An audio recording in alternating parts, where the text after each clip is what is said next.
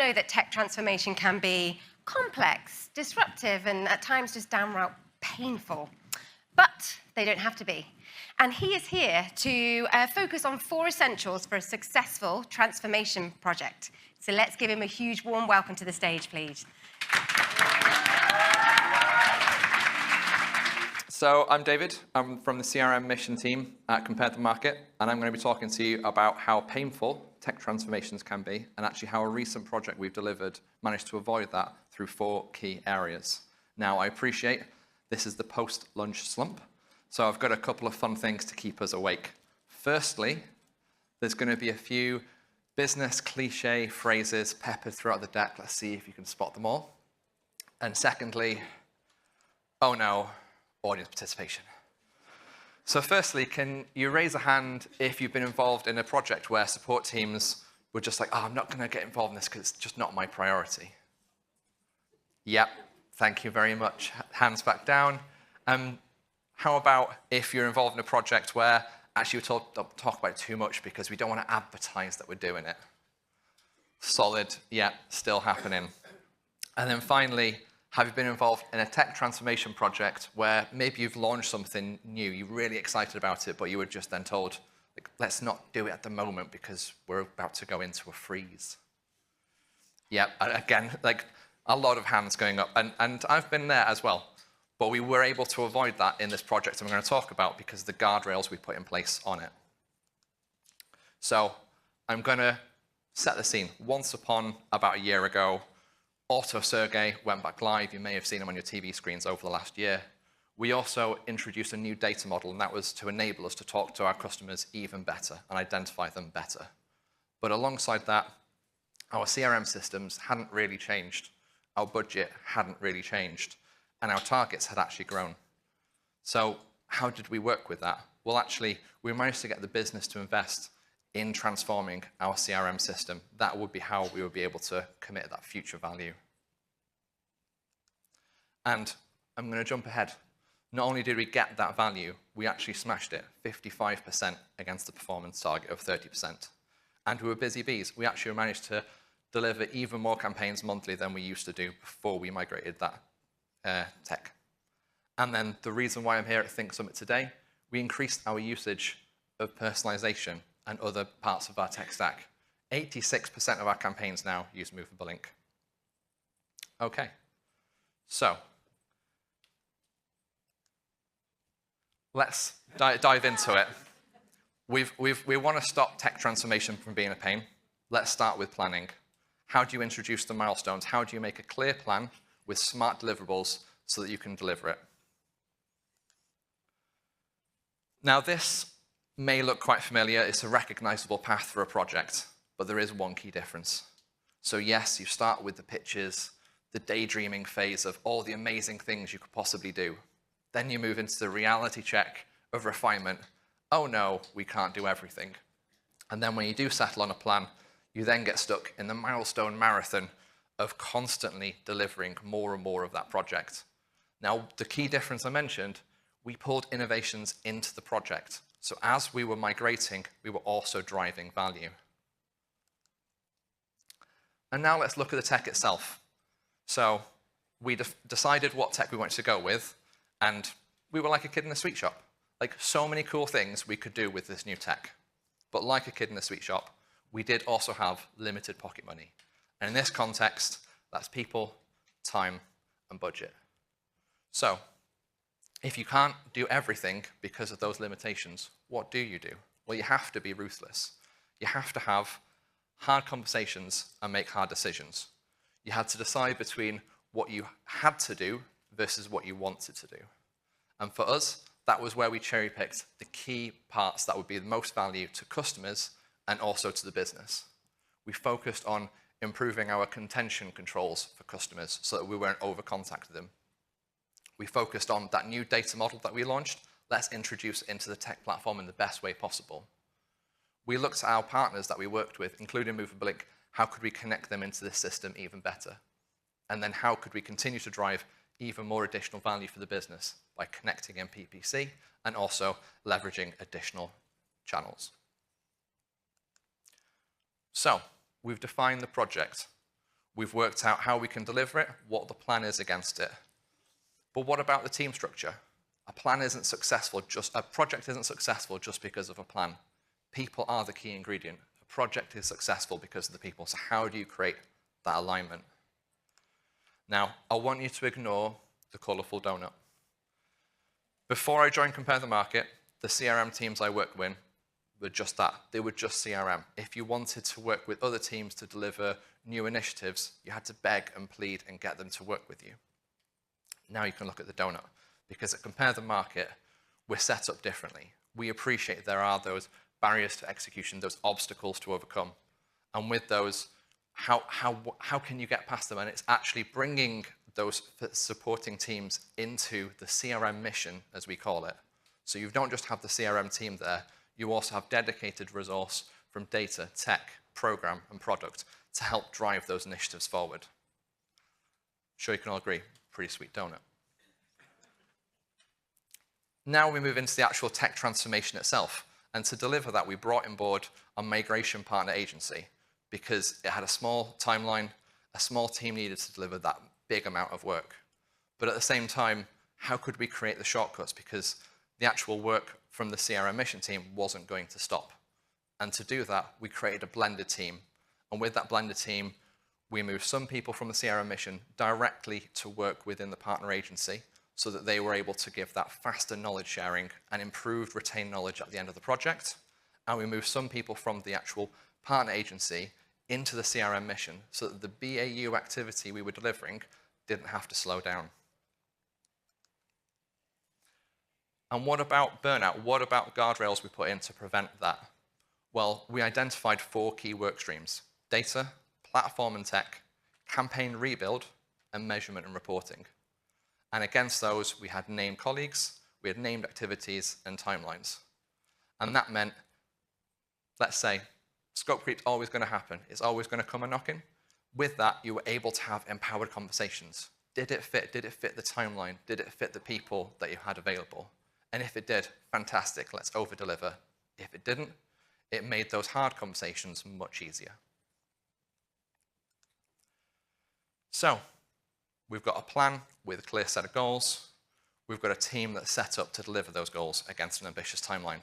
But what about the ambitious innovations that I've mentioned earlier? How did we move the needle mid-project? I'm going to go through a few different examples of campaigns we got live. And first of all, I'm going to start with renewals. And with renewals, this was where we first introduced that new data model that I mentioned. And that data model, AI-powered, it looked back to look forward. We looked across all the inquiries that customers had done over previous years to identify in the upcoming period, what would be the best time to talk to that person. And that really improved the amount of campaigns we sent, reducing them down so there wasn't the overcontact. It actually helped us identify a few more people to talk to. And it drove a lift in revenue. And because of all these improvements, we also looked at the template itself and identified more ways to segment our message across different customer types.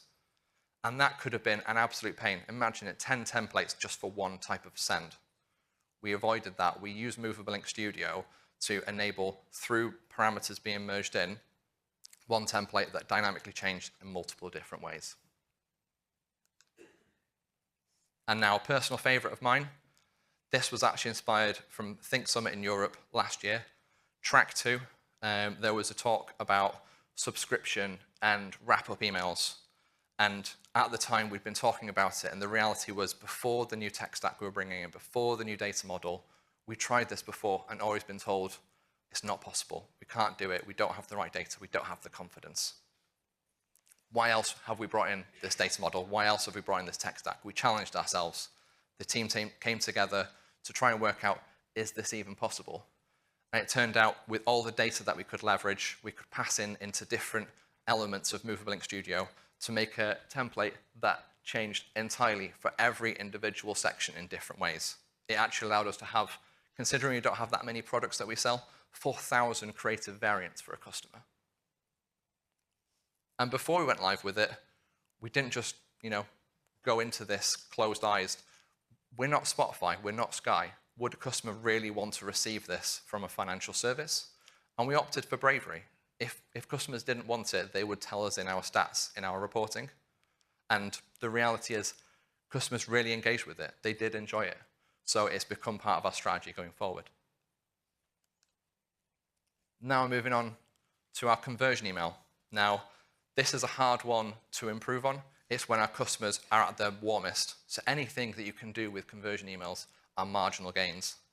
And for us, this was about identifying the best messaging for a customer at any one time to drive this forward. And we didn't want to test one language at a time. We wanted to test as much as possible. And we did this through leveraging connected content in Movable Link. We put our messaging in APIs. We connected those APIs into Movable Link, and then we used Movable Link Optimizer to select of the different languages that could go to a customer, which is the best performing, and Movable Link optimized it for us. And we got those results right back to us because we're using that API. So the more calls came with the ones that were winning, less calls for the ones that were less engaging. And what that led to was incremental opens and incremental clicks.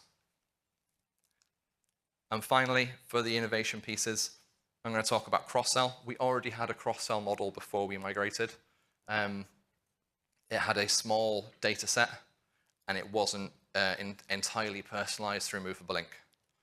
But because of the new data model, we were able to use AI to identify a much larger scale of customers who could have a next best action. And we didn't just want to stop there. We wanted to offer the next best action.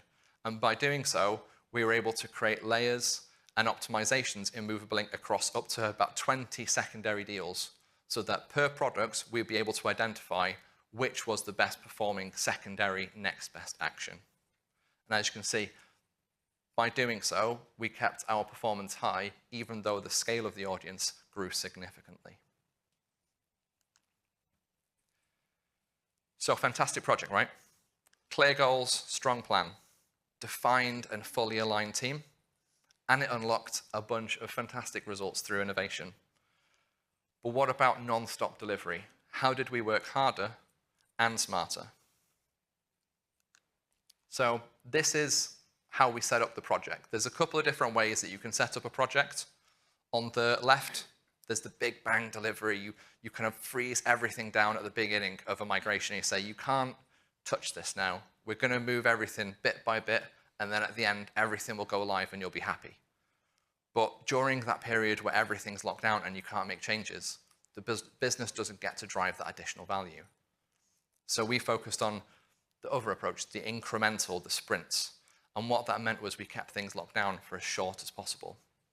We still had that knowledge sharing session at the beginning, but it happened just before the campaign that was being migrated went into a freeze. And that meant we only froze what was being changed at that one time. And at the end of that freeze, which lasted about 3 to 4 weeks, we would then hand it back to the CRM mission team so that they could continue innovating on it in the new platform. Now, this didn't speed up the project, but what it did do was enable us to deliver our initiatives faster. And alongside this, momentum doesn't happen in a vacuum. If you don't tell your senior stakeholders about all the good stuff that you're doing, people can lose focus and lose interest. So yes, we had the obvious meetings, we had the daily stand-ups, we had steering calls with senior stakeholders where we got to tell them about all the cool stuff that had been delivered or what was blocked. But also we created a culture of sharing. So across email and across Slack, when there was a milestone or something we wanted to shout out to people, we did so. We kept that visible across as many people as possible. And alongside both of those things, we also had beginning, middle, and end of project events. And that's where it wasn't just the project team, it wasn't just the CRM mission team, but we also brought in the tech partners and any other partners involved in this project to look at what was coming next, get excited about what was coming in the future of the project. And alongside that, looking back as well, because in my opinion, a tech transformation isn't just a linear line, it is a mountain. You're building on all the great stuff that's already been delivered, up and up and up. And these events enabled us to take a step back and look back down the mountain that we developed, really appreciate all the hard work that we put in by so many people in the team. And that looking back was against the performance that we've been able to bring up. Looking back at the improved efficiency in the team being able to deliver more month on month. And looking at the amount of the tech stack we were now able to utilize. But the biggest surprise was also how it impacted our people. We actually had an employee survey in the middle of the project, and you'd imagine hard, challenging, difficult projects like this is going to have a negative impact on the team. But what we actually found was that our satisfaction score increased. People were bought into what was being delivered. They understand the value of the tech transformation being discussed.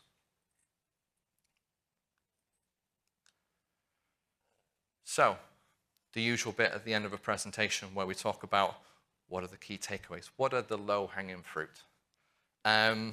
So, be ambitious, but also realistic with your planning takes bravery. If you're going to bring tech partners on board, try to work as one team, and if you can, blend them together as much as possible. And yes, projects do move fast, but that doesn't mean you can't challenge the status quo if there is a better way to do it. And then finally, I'm really proud of everything that the team has done, but as you saw from the slide earlier on, we delivered the green stuff, we didn't deliver the purple stuff. That's the exciting part. This isn't stopping here. There's leftovers. There's more yet to deliver. And that's the really exciting direction we get to go in now. Thank you.